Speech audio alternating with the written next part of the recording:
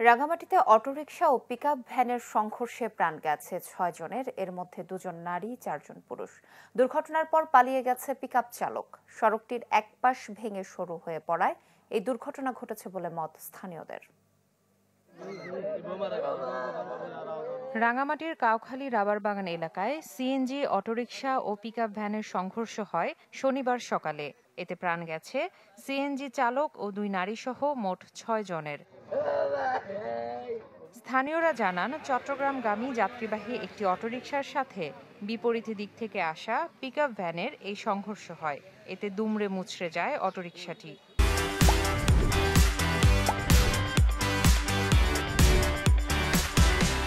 ঘটনাস্থলেই মারা যান ৩ জন।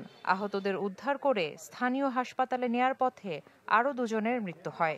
গুরুতর আহত একজনকে চট্টগ্রাম মেডিকেল কলেজ হাসপাতালে নেওয়া হলে চিকিৎসাধীন অবস্থায় তার মৃত্যু ঘটে। আমার ওয়াইফ বাজার করতে আসে সকালবেলা, বেতবুনিয়া বাজার করে যাওয়ার টাইমে সিএনজি রে পিকআপে মাইরা দিছে। বাসায় যাচ্ছিল যাওয়ার পথে বাসার সামনে দিয়ে বেতবুনিয়া বাজার থেকে প্যাসেঞ্জার নিয়ে রাউজানমুখী যাচ্ছে, আর রাউজানের ওদিক থেকে একটা পিকআপ ভ্যান, এটা সম্ভবত রানীহাট বা রাঙ্গামাটি এই পথে ছিল। কোথায় যাচ্ছে সেটা তো আমরা অবগত না। এটার সংঘর্ষ হয়েছে। বেশি আহত তাদেরকে দ্রুত হাসপাতালে পাঠানোর ব্যবস্থা করে আমরা সিএনজি দিয়ে, আর বাকি যেগুলো ছিল তখন আমরা ওগুলোকে সাইড করে দিয়ে রাস্তা ক্লিয়ার করে দিলাম। আর নিহতরা হলেন রাউজানের মোহাম্মদ তোরাপ আলী ও মোহাম্মদ জয়নাল আবেদিন, সীতাকুণ্ডের ইজাদুল, হাটহাজারীর মাহমুদুর রহমান এবং কাউখালীর নূরনাহার বেগম ও মিনু মারমা। দুর্ঘটনার পর পিকআপ চালক কাউখালীর রাজীব বড়ুয়া পালিয়ে গেছেন।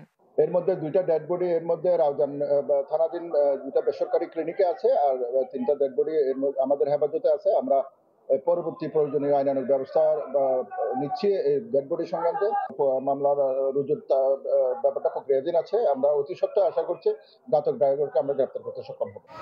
সম্প্রতি একই স্থানে ঢাকা থেকে রাঙামাটিগামী একটি যাত্রীবাহী বাস উল্টে বেশ কয়েকজন আহত হয়। Desk report, channel 24।